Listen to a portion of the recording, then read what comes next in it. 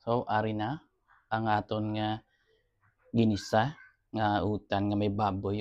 Wow, suwabe ang asu-asuya. Tapos parisan mo sang kaging-kaging nga isda nga pinrito kag isaw-saw sa sinamak nga paborito nyo man.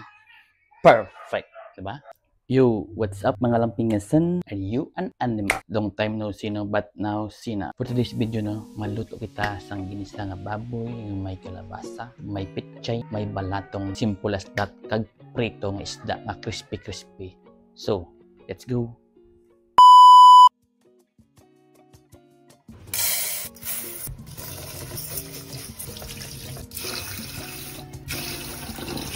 Yo, ayan ang mga ingredients natin. Kalabasa, sitaw or balatong, pichay, panggisa natin dire, baboy, kag isda. Pakrispihon na siya, mga kauturan, mga kaabiyanan. So, unahon ta na yung baboy no.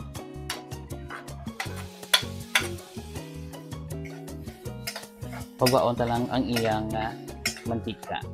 Pag do medyo guluwa-guwa na gawang mantika niya, kuwitan na siya igisa. Alright. So, samtang ginahulat na nga maglumantika ang atong baboy, so mamatama kita prito sang atong isda.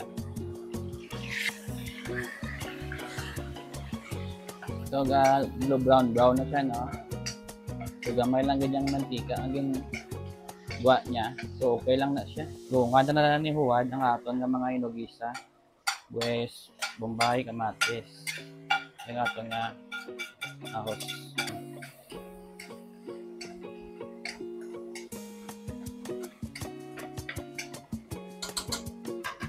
Kita gamay nga oil para duluhan ta gamay nga kalayo.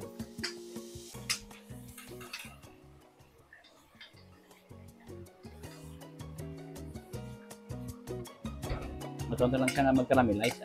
Alright, so doga hana naman siya, nabot lang kita dire sang fish sauce.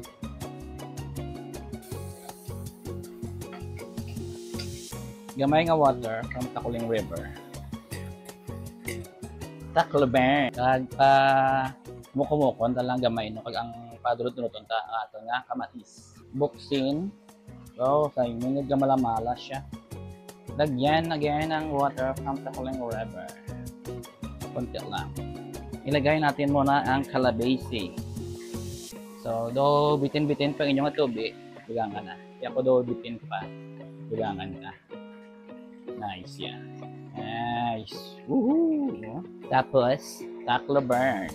Nagbukal-bukal na. Sikapin natin. Istingin.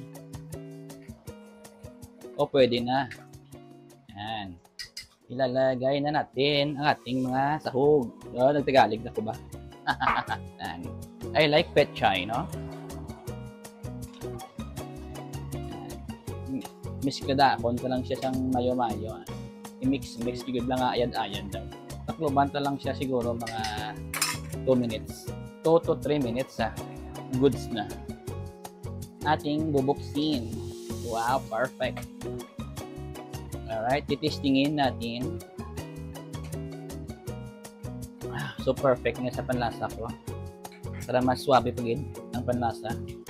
Butang ko din siyang shaken powder. Look at that. Perfect. Parang ako. Ay ka namit doon. Timing man na prito na ang aton nga kaging-kaging nga isda. So, kaging-kaging nga isda, kag utang nga may sabaw-sabaw nga gamay. Perfect combination. Mapanyaga, panyapon, or pamakaw. Suwabe good ini. So, ari na ang aton nga ginisa nga utan nga may baboy. Wow. Suwabe ang asu-asuya. Tapos parisan mo sang kaging-kaging nga isda nga pinrito kag isaw-saw sa sinamak na paborito nyo man. Perfect, diba? So, that's all folks, no? Kabay pang namiang mo sa ako ng video, no? Shout out sa mga OFW da, no?